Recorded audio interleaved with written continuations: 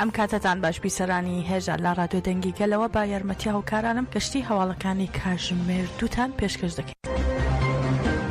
لە ناوەندی شاری لیڤەرپوڵی بریتانیا با پێشنگایەتی ئەنجومەنی گەلی کوردی لیڤەرپوڵ بۆ ئازادی جەستی ڕێبەرۆجەلان چالاکی خێمەدانان ئەنجام درا و لەوێدا بڕۆشوری زانیاری ئەدا بەشکرا و کتێبەکانی ڕێبەرۆجەلان و بەرهەمە کوردیەکانیش ناسێنرا. چالاکیەکە تەنها سەرنجی کۆمەڵگەی کوردی ڕانە کێشە لە هەمان کاتدا سەرنجی هاوڵاتیانی ئینگلتەرایشی بۆ لای خۆی ڕاکێشا و چەندین هاوڵاتی بریتانی سەردانی خێمەکان کرد و دەربارەی ناسنامەی ڕێبەرۆجەلان و داواکاریەکانی گەلی کورد و پرۆسەی ئاشتی لە هەرێمەکە زانیاریان پێدرا. چالاکوانان هەروەها ئاماژەیان بۆ کرد کە دەبێت تێکۆشان بە شێوەیەکی سیمبۆلیک نا بەڵکو بە هەنگاوی کۆنکرێتی و هەمیشەیی پەرە بستێنێت و هەروەها ئازادی جەستەی ڕێبەرۆجەلانیان بۆ چارەسەری دیموکراتیکانەی پرسی کورد با گرنگ قەڵەمدا. چالاکوانان جەختیشیان لەوە کردەوە کە لەو چوارچێوەیەدا لە چالاکیەکانیان لە سەرانسەری ئەوروپا بەردەوام دەبن. هەروەها ئەنجومەنی گەلی کوردی لیڤەرپوڵ ئاماژەی بۆش کرد کە ئەم جۆرە چالاکیانە تەنها بۆ سەرنج ڕاکێشان نییە لە هەمان کاتدا هێنانە پێشەوەی کوردە بۆ گۆڕەپانی نێونەتەوەی و بەرخۆدانێکە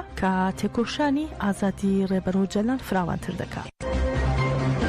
کۆمسیۆنی زمان و کەلتور و هونەری ئیستانبولی پارتی یەکسانی و دیموکراسی گەلاندەم پارتی بادروشمی ڕۆشنبیران و هونەرمەندان دەربارەی ئاشتی دەدوێن بە ناونیشانی بۆ یادی ئەو دڵی خۆی بە ئاشتی بەخشی سورەیە ئۆندەر پانێلێکیان ئەنجامدا. هەڵسەرۆکی کۆمەڵەی مافەکانی مرۆڤ ئیهەدا ئەرەن کەسکین لەوێدا ڕایگەیاند تورکیا هەرگیز نەبووتە دەوڵەتێکی یاسایی دیموکراتیک و ڕایگەیان پێویستە دەسەڵات زیاتر دان بە هەڵەو تاوانەکانی پێشوویدا بنێت و وتیشی ئەگەر ئەوانەی کە شەڕ دەکەن لە ئێستادا داوای ئاشتی دەکەن کەواتە ئێستا کاتی ئاشتیە. هەروەها ڕوپەر کۆپتاش ڕۆژنامە نووس و ئافەیە زیامان نووسەر و ئافایق ئەرن ئەوانیش نووسەر جەختیان کردەوە کە تاکە هیوای تورکیا ئاشتی و ئارامیەوە پێویستە ئاشتی بە کۆمەڵایەتی بکرێتەوە و جەختیشیان کردەوە کە تەفگەری کوردی خۆی گیاندۆتە ئاستێک کە ببێتە لایەنێکی مێزی گفتوگۆ. فاروق ئەرن هەر لەوێدا ڕایگەیاند لە تورکیا میدیایەکی دەوڵەت پارێز هەیە و میدیاکە دەوڵەت پارێزە و وتیشی ئەوان دەڵێن تورکیای بێتێرۆر. ئێمەش دەڵێن پرۆسەی ئاشتی ئەگەر بەڕاستی دەمانەوێت بگەینە ئاشتی و دیموکراسی دەبێت ئەم ڕەوشە میدیاییە دەوڵەت پارێزە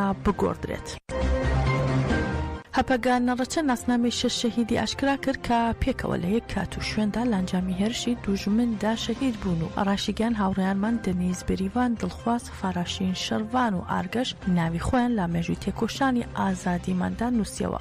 ڕاگەیاندراوی ناوەندی ڕاگەیاندن و چاپەمەنی هێزەکانی پاراستنی گەل هەپەگان نەڕەچە دەربارەی ناسنامەی شەهیدانی ڕێگەی ئازادی کوردستان بەم شێوەیە. ساڵی 2019 با شەڕ و بەرخۆدانێکی مەزن لە دژی هێرشەکانی دوژمن تێپەڕی. ڕۆڵا قارەمانەکانی گەلەکەمان دەنیز بریڤان دڵخواز فاراشین شەروان و ئارگەش بە ڕۆحەتی خوێدای ئاپۆیی هەموو بەرپرسیارەتێکی خۆیان جێبەجێ کرد. بەڵام لە بەردەوامی ژیانی پڕ لە تێکۆشانیاندا لە 29 نیسانی 2019 لە گۆڕەپانی چەمانکیەی گارە هەرێمەکانی پاراستنی میدیا لە ئەنجامی هێرشێکی دوژمندا شەهید بوون. بەڕێزەوە یادی هەواڵانمان دەکەینەوە و بەڵێنی بەردەوام بوونمان لەسەر ڕێچکی شەهیدان دووپات دەکەینەوە. هەروەها هەپەگەڕای گیاندۆ سەرخۆشی لە بنەماڵی هێژای هاوڕێیانمان دەکەین و هەروەها تەواوی گەلی کوردستان دەکەین و لە ئاسیاتکردنەوەی پیرۆزی شەهیدانماندا بەژنمان دادەنەوێنینەوە. لە زانیاریەکان لەسەر ناسنامەی هاوڕێیانی شەهید بەم شێوەیە خراپە تا ڕوو. ئەبوو بەکر دۆزنچی بە ناسناوی دەنیز ئەیسان لە گەڤەر لەدایک بووە. بێ ژیان خەلیلمایش بە ناسناوی بێریڤان حەسەکە لە حەسەکە لەدایک بوو. حیزەت چاکلن بە ناسناوی دڵخواز دەفریم لە بەدلیس لەدایک بوو. بێریڤان دێمیر بە ناسناوی ڤاراشین بێریتان پرسۆس لە ڕەحا لەدایک بوو. هەروە کاوە جومعە بە ناسناوی شەروان تربەسپی لە تربەسپی لەدایک بوو. فورقان بایار بە ناسناوی ئارگەش جوودی لە شەرناق لەدایک بوو. هەر هەمویان لە 29 نیسانی 2019 لە گارە شەهید بوون.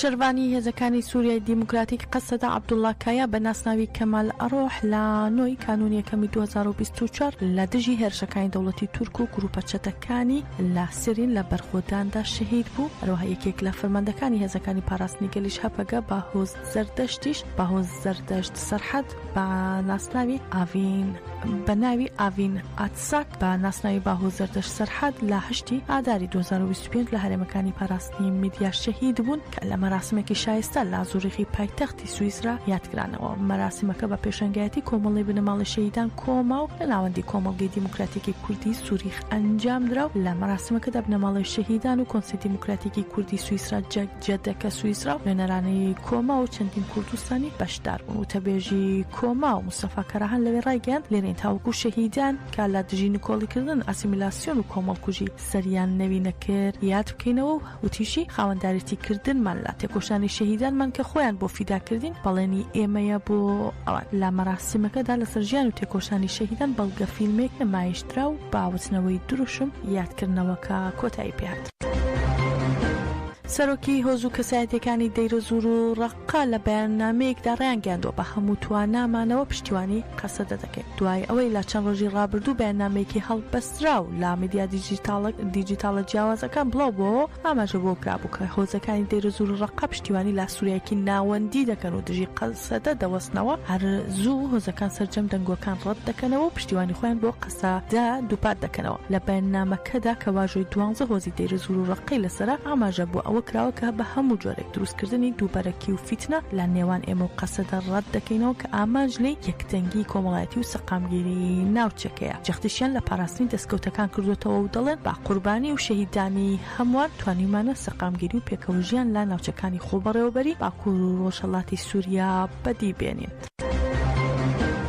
حکوومەتی کاتی سووریا بە هاوکاری هۆزە عەرەب و بەدەویەکان لا 11 تەمموزەوە هێرشێکی فراوانی بۆ سەر پارێزگای سوێدا ئەنجامداوە و تا ڕۆژی 20 تەمموزیش بەردەوام بوو. دوجار با نێوەنگری هێزە نێونەتەوەیەکان ئاگربەست لە نێوان حکوومەتی کاتی سووریا و سەرۆکی ڕۆحانی کۆمەڵگەی دروزی ڕاگەیاندرا. هێزەکانی حکوومەتی کاتی و ژمارەیەکیش لە هۆزەکانی سەر بە حکوومەتی کاتی سووریا ناوبەناو لا ڕێگەی تۆپباران و درۆنی وەکوژیەوە ئاگربەست پێشل دەکەن و سەرڕای پێشلکردنی ئاگربەستەکە تا ئێستا لە ڕووی تەکنیکیەوە بەردەوام بووە. بەرەبیانی ئەمڕۆ جارێکی تر حکوومەتی کاتی سووریا لە ڕێگەی درۆنی خۆکوژیەوە هێرشی بۆ سەرگوندەکانی سوێدا ئەنجامدا و لە بەرامبەریشدا چەکدارە دەروزەکان با چەکی سووک وڵامیان داوەتەوە و درۆنێکیش کەوتوتە دەست درۆنە دەروزەکان. ئەوە لە کاتێکدایەکە گەمارۆکانی حکوومەتی کاتی سووریا هاوشانی گرژیەکان لە ناوچەکانی دەوروبەری سوێدا بەردەوامی هەیە.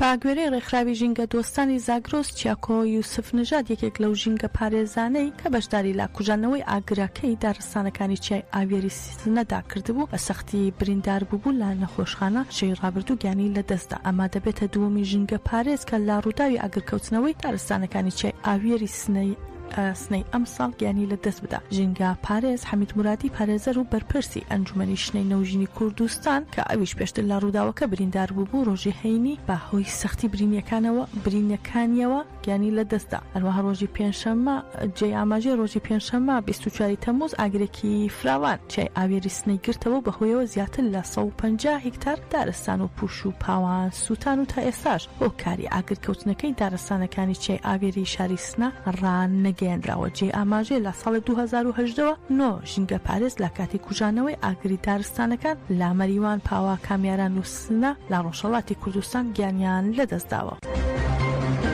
ڕزگار بەیگیزادە بابەمیری چالاکی سیاسی خەڵکی بۆکانی ڕۆژهەڵاتی کوردستان لە نامەیەکی کراوەدا باس لە دەست بەسەرکردنی نایاسایی خۆی و 130 ڕۆژ ئەشکەنجە و وەک شۆکی کارەبایی لێدان و ئەشکەنجەی جیاواز و هەڕەشی کوشتن و بێڕێزیکردنی لە خۆی کردووە. ڕۆژی 18 نیسانی ساڵی 2023 ڕزگار دەستگیر دەکرێت و دەگواسرێتەوە بۆ ئیدارەی ئیتلاعاتی بۆکان و ئەشکەنجەی توندیش بەسەریدا دەستەپێنن. پاشان دەگواسرێتەوە بۆ ورمێ و لەوێ ئەشکەنجەدانەکان بە شێوەیەکی جیاوازتر و سیستەماتیک بەردەوام دەبن وەک خنکاندن لە سێدارەدانی سووری و تەقەی نمایشی و شۆک و لێدان لە جەستە. سەرەڕای کاریگەریە توندەکانی ئەشکەنجەدان سکاڵای فەرمی بابامیری لە دادگای سەربازی پشتگوێ دەخرێت. هەروەها بابامیری لە ئەنجامدا بە 3 جار لە سێدارەدان و 15 ساڵ زیندانی سزا درراوە. ڕزگار بێگیزادە لە کۆتایی نامەکەیدا داوای لە کۆمەڵگەی نێونەتەوەی ڕێکخراوەکانی مافی مرۆڤ و خەڵکی ئازادی خواست کردووە کە لە بەرامبەر ئەو تاوانە نەدا بێدەنگ نەبن. یحیا سەری ئەوتۆبێژی حوسیەکانی یەمەن سەبارەت بە دەستپێکردنی قۆناغی چوارمی هێرشەکانیان دژی ئیسرائیل ڕایگەیاند هەر کەشتیەکی سەر بەو کۆمپانیا بیانیەکان کە مامەڵە لەگەڵ بەندەرەکانی ئیسرائیل بکات بەبێ گوێدانە هیچ ناسنامەیەک دەیکەنە ئامانج. ڕەو تووشەتی بڕیاریاندا و ئۆپەراسیۆنە سەربازیەکانیان دژی ئیسرائیل پەرە پێ بدەن و دەست بکەن بە جێبەجێکردنی قۆناغی چوارمی گەمارۆی دەریایی. دەشڵەت داوا لە هەموو کۆمپانیاکان دەکەین کە دەست بەجێ مامەڵەکانیان لەگەڵ بەندەرەکانی ئیسرائیل ڕابگرن چونکە دەکرێنە ئامانج. دۆناڵد ترامپ سەرۆکی ئەمریکا ڕایگەیاند لەگەڵ یەکێتی ئەوروپا ڕێککەوتوون با جێگیرکردنی باجی گۆمرۆکی 15% لەسەر هەناردەی یەکیەتیەکە ئەمەش دەبێتە هۆی چارەسەرکردنی گرفتی بازرگانی نێوان ئەو دوو هاوپەیمانە گرنگە کە نزیکەی 1/3 بازرگانی جیهان پێک دەهێنە. ڕاگەاندنی ئەم ڕێککەوتنە دوای ئەوە هات کە ئۆرسولا فۆن دێر لاین سەرۆکی کۆمیسیۆنی ئەوروپا گەشتێکی بۆ سکۆتلەند ئەنجامدا بۆ کۆبوونەوە لەگەڵ دۆناڵد ترامپ سەرۆکی ئەمریکا بە مەبەستی گەیشتن بە ڕێککەوتنێکی بازرگانی. ترامپ و فۆن دێر لاین دوای کۆبوونەوەیەک لە کۆنفرانسێکی ڕۆژنامەوانی هاوبەشدا ڕێککەوتنەکان بە باش بۆ هەردوولان ناوبرد. هەروەها فۆن دێر لاین وتیشی ڕێککەوتنەکە بەرهەمە استراتیجیەکان لەوانە فڕۆکە ناگرێتەوە و ئەو بەرهەمانە لە باج دەبەخشرێن. سەرۆکی کۆمیسیۆنی ئەوروپا دووپاتی کردەوە لە چوارچێوەی ڕێککەوتنی بازرگانی وەک جێگرەوەیەک بۆ سەرچاوە ڕووسیەکان تاوەکو ئاستێکی بەرچاو وزە لە ئەمریکا دەکڕن. گەیشتینە کۆتایی گەشتی هەواڵەکانی ئەم کاتژمێرە بمێنن لە خێر و خۆشیتان.